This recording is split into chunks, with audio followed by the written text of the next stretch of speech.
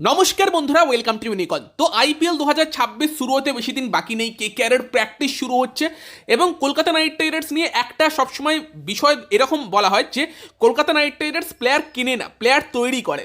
এবং সেটা আমরা বারবারই দেখেছি যে ভারতীয় দলকে অনেক প্লেয়ার সাপ্লাই কিন্তু কেকেআর দিয়েছে। অনেক ভারতীয় টিমের প্লেয়ারই কলকাতা নাইট রাইডার্স থেকে তাদের জার্নি শুরু করেছে।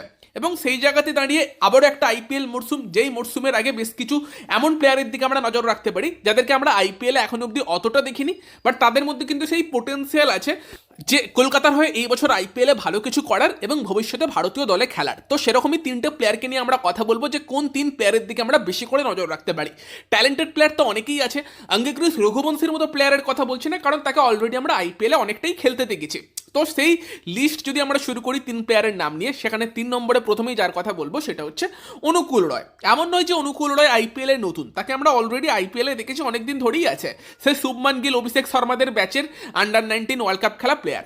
বাট অনুকূল রয় এই বছর তার ব্রেক থ্রু সিজন কিন্তু হতে পারে, কারণ যেভাবে সে ডোমেস্টিকে পারফর্ম করেছে এবং সৈয়দ মুস্তাক আলী ট্রফির ম্যান অফ দ্য টুর্নামেন্ট হয়েছে। এবং অনুকূল রয়ের পারফরমেন্সের কথা বললে শুধুমাত্র বল হাতে না, ব্যাট হাতেও দুরন্ত করেছে।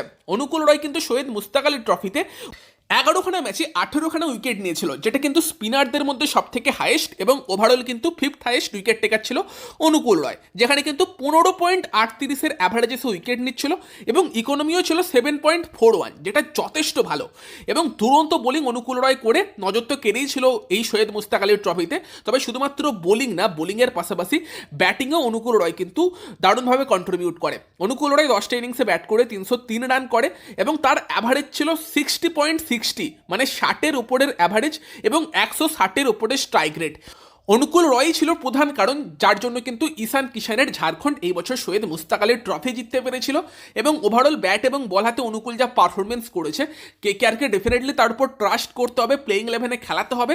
এবং অনুকূল রয় কিন্তু কেকেআরের হয়ে অক্ষর প্যাটেল হতে পারে, ব্যাটে বলে যেরকম পারফর্ম করছে।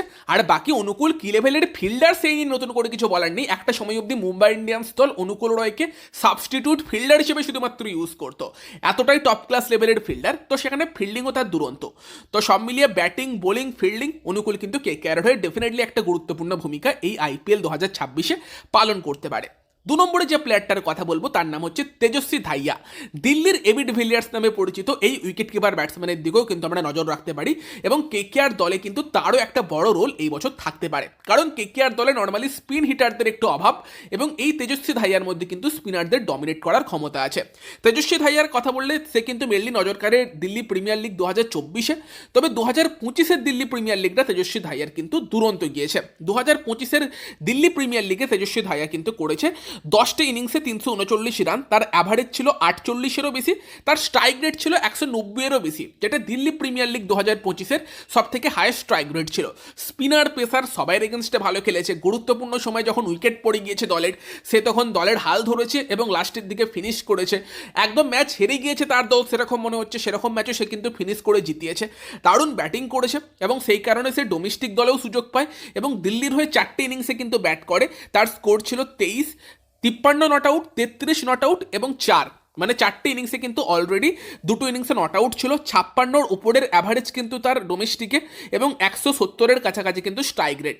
লিস্টে ম্যাচে সুযোগ পায়, মানে ওডিআই ফরম্যাটে প্রথম ম্যাচেই কিন্তু 53 রান করে। তো ওভারঅল ডোমেস্টিকও যতটুকু খেলেছে ভীষণই নজর কেড়েছে, ট্যালেন্ট আছে, কোয়ালিটি আছে। এবং তেজস্বী ধাইয়া, দিল্লির এবি ডিভিলিয়ার্স নামে পরিচিত এই প্লেয়ার কিন্তু কলকাতা নাইট রাইডার্স দলেরও একটা গুরুত্বপূর্ণ মেম্বার হতে চলেছে এবং আশা করছি তাকে আমরা অনেক বেশি সুযোগ পেতে দেখবো এই বছরের কলকাতা নাইট রাইডার্স টিমে। এবং কেকেআরের মিডল অর্ডারের কিন্তু একটা বড় ভরসার নাম তেজস্বী ধাইয়া হয়ে উঠতে পারে। আর 1 নম্বরে যে প্লেয়ারটার কথা বলবো সেই প্লেয়ারটা কতটা সুযোগ পাবে সেই নিয়ে একটা প্রশ্ন আছে, কারণ কেকেআর দলে সুনীল নারায়ণ, বরুণ চক্রবর্তী এবং অনুকূল রয়ের মতো স্পিনাররা আছে। বাট দাক্স কামরা কেকেআরের স্কাউটিং মাস্টার ক্লাস কিন্তু হতে পারে। এই প্লেয়ারটা এমন একটা প্লেয়ার যেই প্লেয়ারটা কিন্তু ফিউচারে ইন্ডিয়া খেলতে পারে। দাক্স কামরার সব থেকে বড় শক্তি হচ্ছে তার স্পিন বোলিং, মিষ্টি স্পিনার। এবং দাক্স কামরার গুগলির গতি শোনা যাচ্ছে 95 থেকে 100 কিলোমিটার কিন্তু থাকে।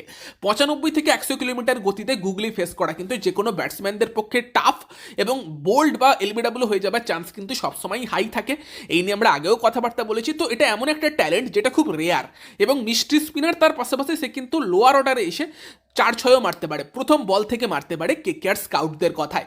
ফলে এমন একটা প্লেয়ার যে একদম দলের ফিনিশার হতে পারে, প্রথম বল থেকে 4-6 মারতে পারে, তারই সঙ্গে সঙ্গে মিস্ট্রি স্পিনার যার আবার গুগলির গতি 95 থেকে 100 কিলোমিটার, সঙ্গে ভালো কন্ট্রোলও আছে। তো এমন একটা এক্সাইটিং ট্যালেন্ট, অবভিয়াসলি আমরা চাই তাকে কেকেআরে খেলতে দেখতে, বাট সুযোগ পাওয়া একটু টাফ হতে পারে, বাট ডেফিনেটলি কিন্তু ট্যালেন্ট প্রচুর আছে এবং হয়তো সুযোগ পেলে খুবই ইমপ্রেস করতে পারে। তো দাক্স কামরার দিকে আমরা নজর রাখবো, সে কিন্তু এই লিস্টে 1 নম্বরে আছে। তো দাক্স কামরা, অনুকূল রয় এবং তেজস্বী ধাইয়া, এই 3 ডোমেস্টিক আনক্যাপড ইন্ডিয়ান প্লেয়ারকে নিয়ে আমি তো পার্সোনালি সব থেকে বেশি এক্সাইটেড। তোমরা কাকে নিয়ে এক্সাইটেড কমেন্টে জানিও।